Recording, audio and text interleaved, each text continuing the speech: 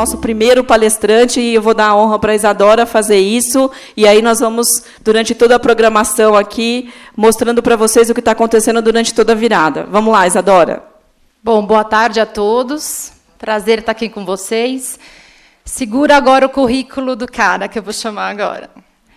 Jack London foi criador da Booknet em 1995, a primeira empresa de e-commerce do país, que foi vendida e renomeada como Submarino. Foi criador e primeiro presidente da Câmara Brasileira de Comércio Eletrônico, Câmara Inet, dos sites Valeu, Tix e Armazém Digital. Gestor do Conselho Consultivo da IdeiasNet, foi contratado em 2005 pelo Google para exercer a função no Brasil de Google Ambassador, espécie de conselheiro aqui no país. Operou a gestão de acesso e mobilidade do Rock in Rio 2001 e 2004, em Lisboa. Foi keynote speaker no Brasil, em Portugal e nos Estados Unidos e também na Argentina. Foi professor convidado na COPEAD, na GV de São Paulo, no ITA, em São Paulo, na ESEMI e na FGV do Rio de Janeiro. Hoje é professor de MBA na PUC do Rio de Janeiro. É escritor e articulista, tem 7 livros publicados e escreveu nas revistas Exame e Pequenas Empresas Grandes Negócios. Trabalha como Senior Advisor de projetos e de empresas. Foi considerado em levantamento pelo site internacional do IDGenal um dos 10 nomes mais importantes da web no Brasil. É sócio da empresa Gix Empreendimentos, que atua nos setores de educação, ensino à distância e transferência de arquivos por demanda. Tem mais. Antes de criar a Booknet, essa parte mais bacana, teve uma longa carreira profissional, passando por empresas como General Electric do Brasil, nos Estados Unidos, Índice Banco de Dados, implantou projetos de treinamento para muitas empresas, entre elas a General Motors do Brasil e o Ministério do Planejamento. Foi diretor do CBC Cinema, foi secretário de Cultura de Petrópolis e secretário estadual de Esportes e Cultura do Estado do Rio de Janeiro. Esse é o Jack London. O Jack está lançando aqui hoje, na Virada Empreendedora, o livro O Mundo Real Vai Acabar Amanhã, está ali fora, editora Imago, com 192 páginas de reflexões sobre tecnologia e comportamento. Nos textos, London mostra como a tecnologia afeta a vida cotidiana das pessoas. No livro é abordado temas como o papel das novas tecnologias que vão dominar o dia a dia no trabalho, no lazer, na educação e no planejamento da vida das pessoas em um futuro próximo. O livro vai estar à venda aqui na saída e ele vai ficar com a gente durante a tarde para autografar e conversar, porque ele realmente é o cara da internet. Vamos lá, Jack London.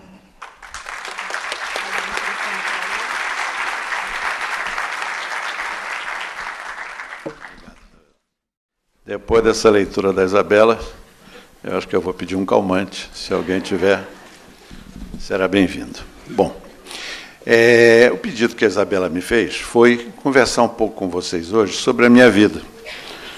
Eu, ano passado, fiz 50 anos de trabalho. Eu comecei a trabalhar com 15 anos. E, portanto, estou com 27, né? E eu vou fazer isso hoje procurando linkar etapas da minha vida com etapas da tecnologia no mundo, não é? Até chegar ao ponto que nós vamos conversar sobre o que está acontecendo hoje. O que está acontecendo hoje é uma obsolescência rápida e absoluta das tecnologias que usamos. Quem acha que daqui a 10 anos vai ter um smartphone na mão, ou quem acha que vai continuar usando o Facebook, se enganou. Há 20 anos atrás, quando nós começamos a trabalhar no Brasil com a internet, todos os equipamentos, todas as tecnologias, todos os processos que nós usamos há 20 anos atrás, hoje não existem mais. Portanto, fica a pergunta, e por que é que os que nós usamos hoje vão continuar existindo por mais 20? Não vão. A mudança é mais acelerada ainda. Então, vamos começar. Em primeiro lugar... já está aí. Eu, toda vez que faço uma palestra, procuro dar um nome à palestra. E essa palestra vai se chamar Can't Go To. E eu queria que vocês guardassem esse nome. Não é erro, não é Can't Go To, não. é Cantigotu mesmo, e acho que essa palavra é uma palavra próxima dela. Daqui a alguns anos vai ser muito conhecida. Tão conhecida quanto é hoje a palavra internet. Meu primeiro contato com o empreendedorismo. Aí está. Isso aí, meus amigos, é a mansão do meu avô, no bairro do Meia, no Rio de Janeiro. A mansão tinha 60 metros quadrados, e esta é a sala inteira da casa dele. E eu sou esse menino rechonchudo aqui do lado, carregado pela minha mãe. Uma gracinha, né? Bochechudinho, né? Então. E lá do lado de lá estão a minha avó, que tinha 1,47 m, e o meu avô atrás dela. Era muito comum eu passar as noites na casa dos meus avós quando meus pais saíam, enfim, para algum lugar. Na verdade, eu vivia mais na casa dos meus avós do que na casa dos meus pais. E foi na casa dos meus avós que eu tive contato a primeira vez com a ideia de empreender. A primeira startup que eu conheci no Brasil foi aqui, nessa casinha rosa, naquela porta que no tempo que eu estava lá tinha uma maçaneta de vidro. Se lembram dos tempos em que portas tinham maçanetas de vidro, que um dia eu abri a porta, o vidro entrou na minha mão e tirou metade de um dedo, que ainda bem que voltou para o lugar. Muito bem. Essa janela daqui é a sala, onde é aquela foto, ali é um quarto e do outro lado o outro quarto. Nesse quarto, eles dormiam. E às 4 horas da manhã, eles acordavam, os dois, retiravam debaixo da cama deles objetos, os mais variados, e começavam a produção da empresa deles. Eles faziam guarda-chuvas dentro de casa. A minha avó cuidava da parte de costura e o meu avô da montagem do equipamento físico do guarda-chuva. Eles produziam de 4 às 9 da manhã 30 guarda-chuvas, que depois meu avô levava, para vender para lojas, às vezes para consumidores pessoa física. Eu acordava, sem eles perceberem, e ficava olhando aquele trabalho. E ficava vendo a coordenação dos movimentos e a capacidade que eles tinham de se entender com poucos gestos, com poucas palavras, e a quantidade de trabalho que era envolvida naquela tarefa. Ele viveu a vida inteira assim. Depois foi crescendo, crescendo, montou uma pequena fabriqueta de guarda-chuvas, e, com o tempo, quase que eu aprendi a fazer guarda-chuvas também. Não é fácil, não, é muito difícil. Bom, então, aquele menino bochechudo é esse moço sorridente que apareceu numa capa da revista Exame há 16 anos atrás, em 99, quando vendia Booknet. É um evidente exagero do redator da revista dizer que eu queria dominar o comércio eletrônico no Brasil. Nunca disse isso, mas redatores têm essas, não é? Esses exageros de linguagem, e essa revista foi num momento muito importante da minha vida, e a partir daí, um enorme número de coisas me aconteceram. A primeira coisa que eu quero conversar com vocês é sobre por que empreender. E, a meu ver, esta é a questão-chave. Antes de qualquer técnica, antes de qualquer discussão sobre empreender de um jeito, de outro, digitalmente, não digitalmente. E a pergunta é, qual o tamanho do seu desejo? Você quer empreender para quê? Por quê? Você quer empreender para sobreviver? Este é um foco. Possivelmente 90% das empresas brasileiras, de pequeno e médio porte, são construídas para sobreviver. Não há nenhum demérito em fazer uma empresa para sobreviver. Esta é a nossa realidade. Você quer empreender para crescer? E aí você tem que ter uma outra cabeça, você tem que ter outro projeto e você tem que ter uma outra arrumação do seu negócio. Você quer empreender para ser um extremo sucesso? E o que é um extremo sucesso? É ser um grande empresário, estar entre os maiores empresários do Brasil e do mundo. Não é fácil ser um extremo sucesso. De cada 10 mil empresas, uma se candidata a isso. A única questão que eu considero grave é empreender por necessidade absoluta, por não ter outra alternativa, nem capacidade, nem formação profissional. E aí eu vejo uma questão que hoje é muito importante. Eu já conheço depoimentos de pessoas que dizem o seguinte: eu não vou estudar, não. Desprezando a cultura, desprezando a educação formal, desprezando a universidade e achando que um empreendimento pode livrá-las desta obrigação ou desta necessidade. Este é o pior caminho que alguém pode tomar. Nós, hoje, no país, não estamos apenas precisando de mais infraestrutura. Nós estamos precisando mais infraestruturadores. Nós temos poucos médicos, poucos engenheiros, poucos físicos, poucos matemáticos, poucos químicos, poucos arquitetos, poucos filósofos, e por aí vai.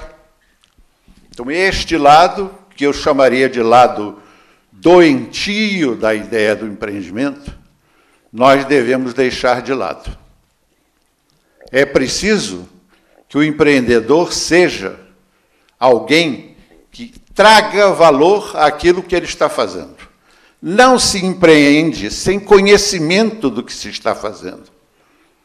É uma balela, é uma mentira você achar que você vai criar um negócio porque você ouviu que aquele negócio dá certo e ele dá certo. Eu já vivi o tempo suficiente na área de tecnologia para ver algumas mortes que foram surpreendentes. Por exemplo, quem se lembra aqui de sites de compras coletivas? Claro, todos se lembram, é uma coisa recente. Há 3 anos atrás, eu escrevi um artigo dizendo que aqueles sites iam todos quebrar. Quase apanhei, foi por pouco. E que o modelo não se sustentava. Não foi outro caminho. Hoje não existe mais site de compras coletivas. Sabe quantas pessoas me procuraram para me pedir uma consultoria para abrir sites de compras coletivas? 8. Sendo que 2 eram investidores. E aos 8 eu disse: olha, não vou fazer, porque a consultoria que eu posso te dar é a seguinte: não faça. Você vai perder dinheiro, tempo e energia. O modelo não funciona. Mas é muito difícil ficar contra a manada. Quando alguma coisa parece que está dando certo, o número de pessoas que aderem a isso é enorme. Portanto, esse é um primeiro ensinamento que vocês têm que botar na cabeça. Não sigam a manada. Se em algum tipo de instrumento tecnológico ou algum tipo de empreendimento, naquele momento, é uma espécie de comoção coletiva, tem alguma coisa errada. Aquilo não vai dar certo. Há 3 anos atrás, eram quase 3.000 sites. Havia sites, por exemplo, de compras coletivas. Eu me lembro de uma pequena cidade no interior de Mato Grosso, com 5.000 habitantes, 12 restaurantes. Compras coletivas de quê? Quem ia fazer compras coletivas? Mas esse não é o único exemplo. Eu vivi, há 15 anos atrás, o exemplo dos sites de leilões. Quando o eBay lançou o seu projeto, houve no Brasil uma corrida para abrir site de leilões. E eu fiz o primeiro, chamava-se Valeu. Logo em seguida veio o Mercado Livre, e em seguida mais uns 40, 50, período de um mês. Resultado, nenhum deles funcionou. O único vivo até hoje, por competência e mérito de seus executivos e investidores, é o Mercado Livre, que virou um site de comércio eletrônico. Ele não é mais um site de leilões. O eBay fatura mais como um site de comércio eletrônico do que como um site de leilões. E eu descobri ali que o brasileiro, mesmo em condição social difícil, tem vergonha de comprar uma coisa usada. Isso faz parte da nossa concepção de vida mais profunda. Vocês já viram em algum lugar, em alguma casa, em alguma cidade aqui de São Paulo, venda de garagem? Uma coisa tão comum nos Estados Unidos, não é? O sujeito pega aquelas coisinhas da casa dele, bota ali para vender. O filhinho, geralmente lourinho, faz laranjadas, não é? Vende copinho de laranjada a 50 centavos, e a vizinhança vem e compra o que ele está precisando vender. Tentem fazer isto aqui no Brasil. Nem a laranjada vocês vão vender. Não há a menor hipótese. Então, 2 questões que me parecem extremamente importantes nesse começo de conversa. Não empreenda porque você não tem outro jeito de viver. Se você não tem um jeito de viver, vai estudar. O Brasil precisa de pessoas com capacidade cognitiva para modificar a realidade que nós vivemos.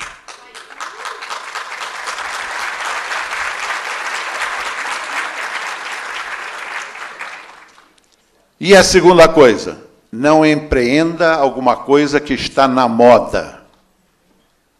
Os empreendimentos que dão certo são os empreendimentos que você faz numa área que você conhece, que você tem contatos, que você já teve alguma experiência.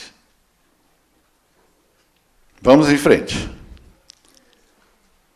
A história das tecnologias de informação é uma história de camadas que se superpõem, soterrando as anteriores e, às vezes, deixando uma ligeira brecha para que as anteriores respirem por mais algum tempo. E eu vivi isso nesses 50 anos de trabalho nesta área. Por artes do destino, meus amigos, eu não vejo outro jeito de chamar isso, eu estive presente nos momentos chaves da história da tecnologia no Brasil. O primeiro desses momentos foi em 1972, quando estávamos ainda no período dos governos militares, e havia uma visão nacionalista da tecnologia, e foi criada uma empresa estatal chamada CAPRI, Comissão de Aperfeiçoamento, de Processamento, etc., etc. Neste tempo não havia um programador no Brasil. 0. Alguns pouquíssimos que vinham depois de ter estudado no MIT ou na França, em algum lugar. O objetivo da CAPRI, criar a primeira geração de técnicos na área de TI, programadores e analistas de sistema. Eles vão e fazem uma concorrência e procuram uma empresa que montava meios, era uma empresa de meios audiovisuais. Certamente hoje aqui há muita gente que trabalha com mídias, que naquele tempo se chamava meios audiovisuais. E eu tinha uma empresa chamada Ensine com C, que fazia exatamente isso. A tecnologia mais avançada de comunicação, isso já tem muitos anos, era um aparelho projetor de slides feito pela Kodak e que a tecnologia evoluiu barbaramente quando deixou de ser apenas um trilho de slides para ser um carrossel contínuo de slides. Aquele carrossel foi homenageado e considerado um tremendo avanço da ciência. Então, nós construímos uma máquina que parecia um caixão, porque era de madeira, largo como um caixão, preto, e que dentro levava um carrossel, um gravador bipado, que tinha consonância com as imagens, e caixas de som. Pesava 42 quilos. Pois bem, nós ganhamos essa concorrência, vendemos 300 dessas máquinas para a Capri e fizemos todos os textos iniciais da formação de tecnólogos no Brasil. E eu lá estava, à frente desse processo. Então, há muitos e muitos anos atrás, ainda muito longe de imaginar o que me aconteceria, pelo fato de ter coordenado este trabalho, eu passei a ser uma das pessoas no Brasil que conhecia aquilo em detalhe, porque eu fui obrigado a ouvir dezenas e dezenas de aulas daqueles programadores, hoje todos homens com 70 anos. O diretor chamava-se Ricardo Saur, que é uma grande pessoa, meu amigo até hoje. E, por curiosidade, as duas pessoas que fizeram o texto desses programas são pessoas que certamente muitos de vocês conhecem, no início de carreira.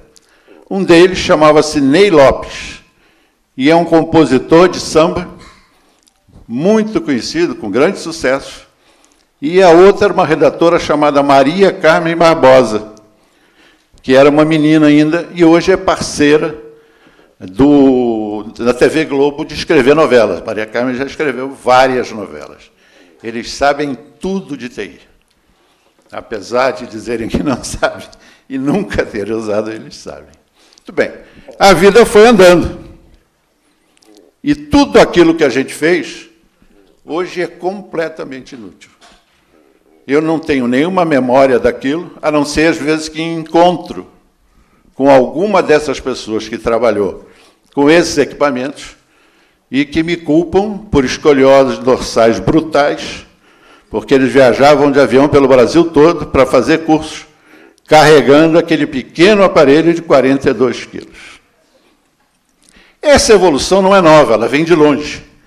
Há mais ou menos 5 milhões de anos, nós começamos a rabiscar em paredes. E o mundo começou a mudar as linguagens que usa. E eu queria que vocês prestassem bastante atenção nesse gráfico. Nós temos 5 milhões de anos que andamos, vagamos aqui por essa pobre terra que vem sendo assolada pela nossa presença. E nesses 5 milhões de anos, nós começamos a nos comunicar pela linguagem oral. Foi a primeira linguagem que o homem usou. Aliás, usa até hoje, e até hoje é a linguagem prevalente. Mas a linguagem oral, ela foi acossada há mais ou menos 5 mil anos atrás pela expressão escrita não reproduzível. O que quer dizer isso? Quer dizer alguém com um lápis, com um carvão, e à frente um papel ou um papiro que rabisca coisas que outros compreendem. Isso é expressão escrita não reproduzível. Isto foi criado numa cidadezinha chamada Uruk, no atual Iraque, ali entre os rios Tigre e Eufrates, na Mesopotâmia, que não por acaso foi o espaço mais rico do mundo e o espaço dominador do mundo durante 2 séculos, com o Império Babilônio, o Império Persa e o Império Assírio. Não eram as armas que os faziam melhores. Era uma... 5 minutos? Não posso. Preciso de pelo menos 20. Senão me suicido. Eu tenho essa tendência.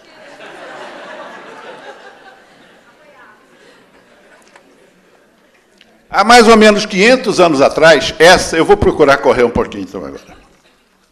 Essa expressão escrita reproduzível, que é quem? Gutenberg, acossou a expressão escrita não reproduzível.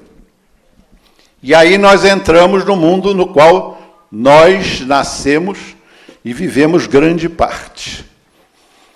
A expressão escrita reproduzível mudou o mundo. Eu tenho, por exemplo, a tese de que o que mudou a economia do mundo não foi a Revolução Industrial, foi o Gutenberg. Não haveria Revolução Industrial sem escrita reproduzível. Como é que você monta uma empresa sem nota fiscal, sem manual de instrução, sem cartão de ponto, e etc, e etc, etc, etc.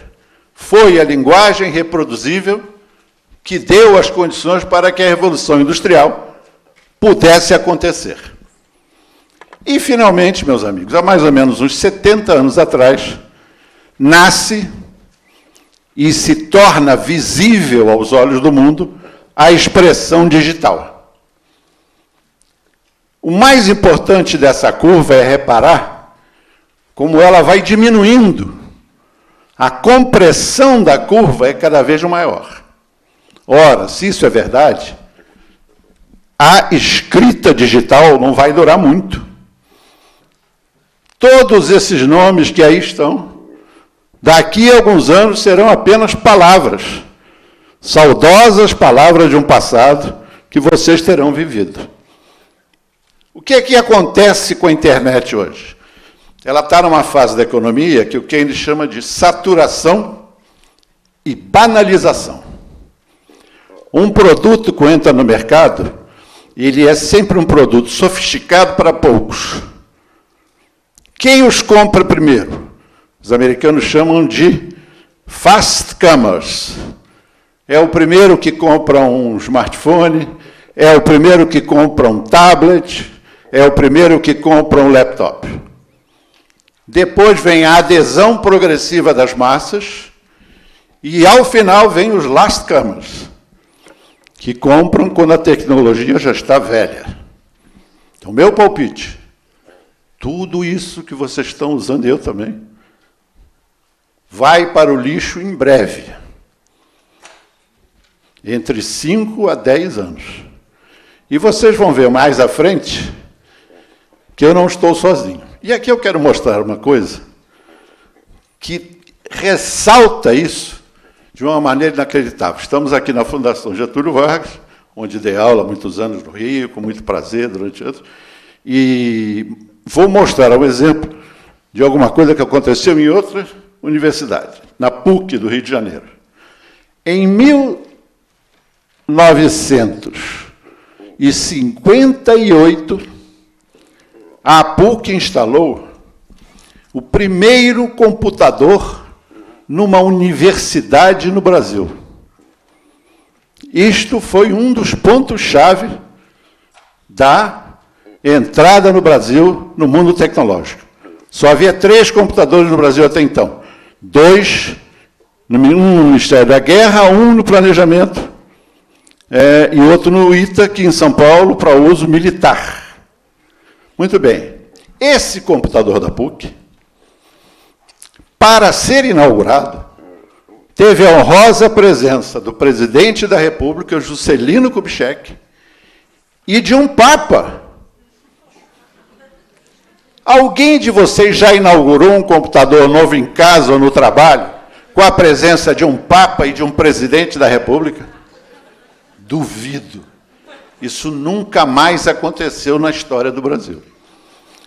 E mais, para gerir o computador, foi criada uma comissão de altíssimo nível e que fazia reuniões secretas e que era formada por um representante.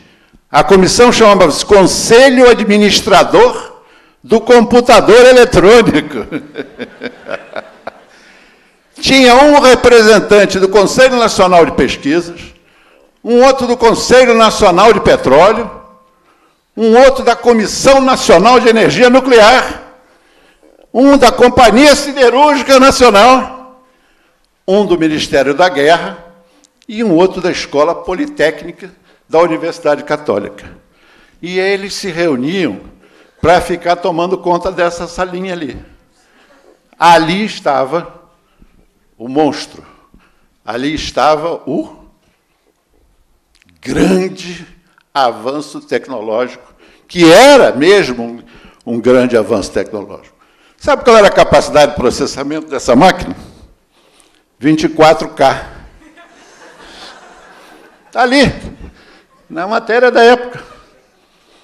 Não é nem um e-mail de hoje, com algumas linhas. Porque se você puser alguma coisa taxada, você já chegou a 1 mega. Portanto, meus amigos, um dia, no Brasil, isto foi o mais avançado que tivemos em matéria de tecnologia. E não podemos esquecer isso quando a gente olha a realidade e acha que a realidade é imutável. Aí está o nosso Gutenberg com seu aparelho móvel, e aí está, na minha opinião, o maior empreendedor de todos os tempos, Leonardo da Vinci, que tem em seu nome mais de 120 engenhos e empresas criadas. Você diz assim, que beleza. Ele nunca errou. Ele errou e errou muitas vezes. E eu aqui quero, rapidamente, antes que alguém venha com a placa fora, que está muito em moda, e eu seja obrigado a descer desse palco. Eu quero dizer a vocês o seguinte, todo empreendedor tem que ter na cabeça a consciência que empreender é enfrentar erro, acerto e, finalmente, presunção. Como é que funciona isso? Funciona assim. A história, alguns conhecem, quem conhece não vai rir, mas quem não conhece acha a história interessante. Um cidadão está em casa, batendo um prego numa parede. Vamos dizer, aquela parede ali. E ele bate, bate, bate e o prego não entra. A mulher chega da rua e ele, furioso, em cima de uma escada, diz assim, já estou aqui há mais de 3 horas tentando bater esse prego. Isto é um prego e isto é um martelo. E não consigo. Ela chega perto, olha, sobe um degrauzinho da escada e começa a rir. E diz, mas meu filho, você não vai conseguir isso nunca. E ele diz, por quê? Porque o prego está ao contrário. A cabeça está na parede e a ponta está para fora. E ele, envergonhado, humilhado com aquele momento de submissão masculina à sabedoria das mulheres, olha para ela e diz assim, meu amor, você tem razão. Então, o que é que eu faço para pregar este prego? E a mulher, depois do acerto, incorre no perigo da soberba. Ela olha e diz assim, é tão simples, meu bem. Esse prego não é dessa parede, é daquela. E arrasta o marido com escada e tudo. Então, sempre que empreenderem, ponham uma placa na porta de suas salas. Erro, acerto e soberba. Quando você erra, você não pode se desestruturar e deve lutar para acertar. E quando você acerta, não seja tomado pela soberba de que vai acertar sempre, porque não vai. Leonardo da Vinci fez erros monumentais. Um dia, com mais tempo, eu posso contar para vocês vários dos erros e dos acertos. Essa é a situação do Brasil hoje em termos de tecnologia. Nós falamos muito em e-commerce, mas acho que está na hora de falarmos sobre impacto da internet na economia brasileira. E isso interessa a todos nós que estamos aqui hoje. Os dados sobre e-commerce, eles somam vendas de produtos ao consumidor. Roupas, sapatos, televisores, computadores, etc., etc. E no ano passado fechou o ano com 34 bilhões de venda. Esse número já é calculado por uma empresa chamada Ebit, que vem fazendo isso há muitos anos. Isso dá 3% do varejo total. Eu já vi muita gente dizendo, puxa, mas nesse esforço todo, tanta conferência, tanta conversa fiada, e 3% só do varejo total? Mas isso está longe de ser verdade, meus amigos. Porque, vejam bem, aí não está incluído, por exemplo, a indústria de transportes, aviões, ônibus, e por aí vai, que ano passado faturaram 40 bilhões, sendo que 30 deles foram pela internet. E este ano estimam pela internet foram 30 bilhões, 70%. Esse ano deve ir para 85%. Quem de vocês não compra hoje uma passagem via internet? Hein? Até de ônibus.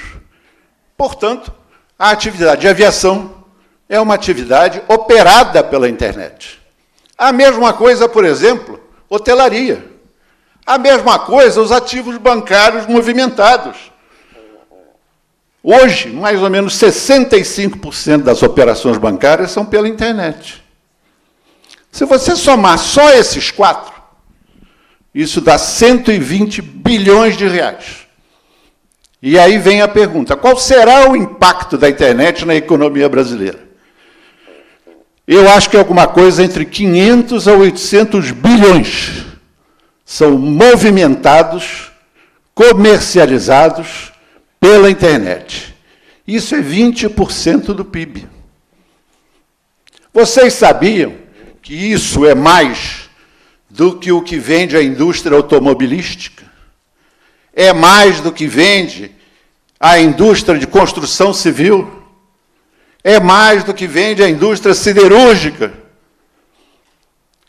que recebe todos os favores governamentais o tempo todo.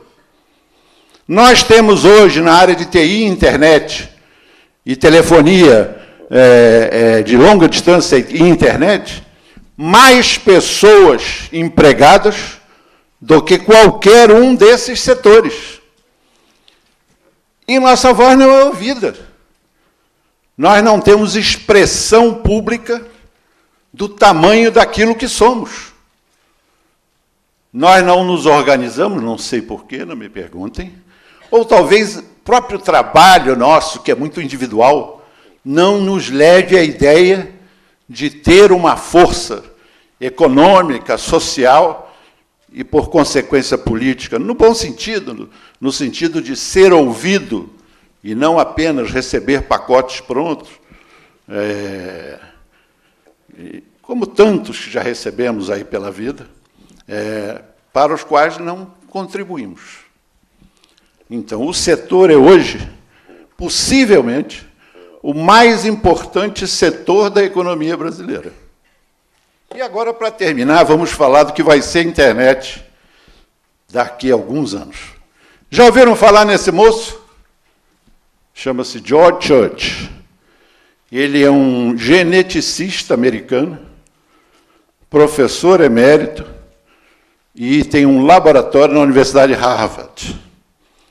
Esse cidadão escreveu um livro chamado Regênesis, que recomendo a leitura, acho que não tem em português, só tem em inglês. E nesse livro ele diz o seguinte: vou mudar o mundo. E quem muda o mundo é o DNA. É a essência original das pessoas. E aí ele começou a fazer experiências, e o fulcro da experiência dele é o seguinte, olha o que ele diz. Se eu tirar 4 gramas de DNA, 4 gramas, não é nada. É imperceptível tirar 4 gramas de DNA de uma pessoa, de qualquer um de vocês. Eu inoculo, ele, George Church. Nessas 4 gramas de DNA, todo o conhecimento acumulado no mundo, todo, desde as cavernas até hoje. Feito isso, eu ponho de volta esses DNAs dentro do corpo daquela pessoa. E aquela pessoa vai saber tudo. Tudo o que qualquer um no mundo sabe, ela sabe. Já imaginaram como será esse mundo? Todos sabendo tudo. Todos sendo exigidos em toda a sua potencialidade. Todos sendo capazes de absorver todas as informações. É assustador, é. Mas eu me lembro que quando as primeiras notícias sobre a internet começaram a aparecer, havia muita gente que se apavorava. Mas como eu vou falar com uma pessoa no Japão? Fim! Essa placa é melhor. E, finalmente, a última das propostas com relação ao futuro do mundo tecnológico. Não viver mais no mundo real, mas sim viver em estado de simulação permanente. Esse moço, com essa carinha simpática, também é um físico, chama-se David Deutsch, e também é de Harvard, criou uma tese de que daqui a pouco o mundo vai reconhecer como teses científicas de importância absoluta o trabalho de 3 homens. Por acaso, os 3 físicos e matemáticos. Cantor, o russo, Gödel, o alemão, e Turing, o inglês. Que vocês devem ter visto um filme aí sobre a máquina do Turing e tal, na Segunda Guerra Mundial. Filme que destruiu a vida do Turing. Turing não é nada daquilo. Esqueçam. E daí vem a palavra Kant-Götu. O que eles dizem? Que nós vamos transmitir mundo afora, como transmitimos hoje sinais de internet, imagens simuladas do real. E nós vamos usar aparelhinhos como esse, que já está sendo vendido, há até brasileiros fazendo, mas mais sofisticados ainda, serão menores, mais fáceis de usar. O que é isso? Isso é um óculos. Esse aí é um chamado Oculus Rift, que foi comprado pelo Facebook. O Oculus Rift, ele projeta imagens no seu cérebro e leva você a viver como se você estivesse dentro daquela imagem. Ele é mais do que 3D. E ele leva você a sentir emoções, não as que você está vivendo, mas essas. Se você estiver numa praia a 40 graus, e você estiver assistindo um filme de você numa montanha de neve, você vai sentir frio e vai pedir um casaco na praia. O que eles chamam de Kant-Götu é o que vai substituir a internet. Um dia, breve, todos vocês vão estar ligados ao Kant-Götu. Estranha a palavra? A internet também é. Não é? Então, nós vamos receber imagens do mundo inteiro e vamos viver dentro delas. Imaginem, por exemplo, vender um apartamento. Como é que isso impacta no comércio eletrônico? E aí digo a vocês, pensem na simulação do real nos seus projetos. Ela já é viável hoje. As grandes empresas mundiais e algumas grandes brasileiras já estão usando. Não olhem para trás. Não façam projetos com tecnologias que já têm 10 anos. Se você tem uma empresa de venda de imóveis, você vai mostrar cada imóvel, não aquelas 8, 10 fotos que aparecem no Zap ou semelhante, completamente sem graça e que não te mostram nada. Você vai, quando ver um imóvel na tela, você vai receber uma chave, você vai abrir a porta do apartamento, você vai entrar e você vai andar pelo apartamento todo e vai à janela e vai ver a imagem pela janela e vai sentir a temperatura daquele apartamento naquele momento. Imaginem isso para vender carros, para vender objetos mais sofisticados, como roupa feminina. Uma loja, você vai entrar na loja e uma mulher vai poder tirar um vestido 34, 38 de um cabide e a máquina já vai saber qual é a tua medida.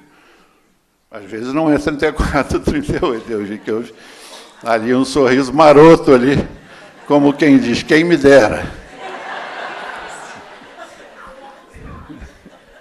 Você vai botar o vestido e vai ver se o vestido serve em você, se ele combina com o seu cabelo, com sua cor de pele, etc, etc, etc. Portanto, meus amigos, o Kant-Gotu é o futuro. Compulsão obsessiva pela modernidade. Esse é o nome do que nós estamos vivendo. Olha o que diz o moço que é dono do Facebook, que já está acabando, que vai acabar rapidíssimo. Ele mesmo disse semana passada que mais 5 anos não vai ter mais Facebook como é hoje. Vai morrer, atropelado de novo pelas camadas históricas de tecnologia. E o Facebook só vai existir dentro do óculos. Diz ele que daqui a 5 anos isso já estará acontecendo no Facebook.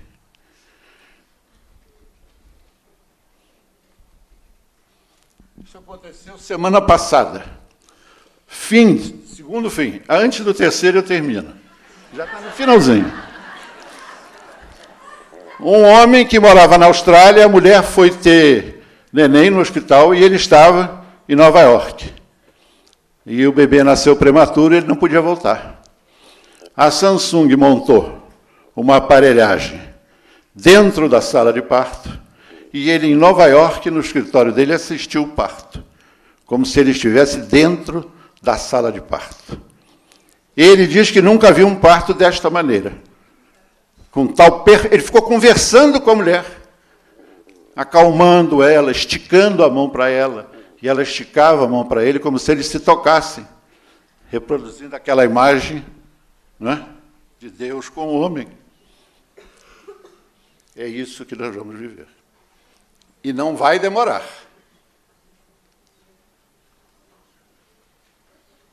Que saudade do tempo em que a gente sentava num banquinho de praça, né, e ficava olhando o céu. E a complexidade maior que a gente via era do que será que tem em cima da minha cabeça. Em cima de nossas cabeças tem uma ideia de mundo. Para empreender e para compreender este mundo que vivemos hoje, você tem que ter uma ideia de mundo. Ela antecede a sua capacidade e a sua vontade de empreender. Quem não tem uma ideia de mundo, não tem nada. E eu termino citando 2 ou 3 frasezinhas do português Fernando Pessoa, que é um mágico das palavras. E ele dizia o seguinte: o mundo não é ideia minha. Ideia minha é a ideia que eu faço do mundo. Então, meus amigos, muito obrigado.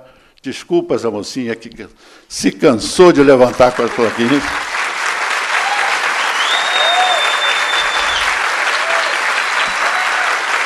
obrigado, muito obrigado.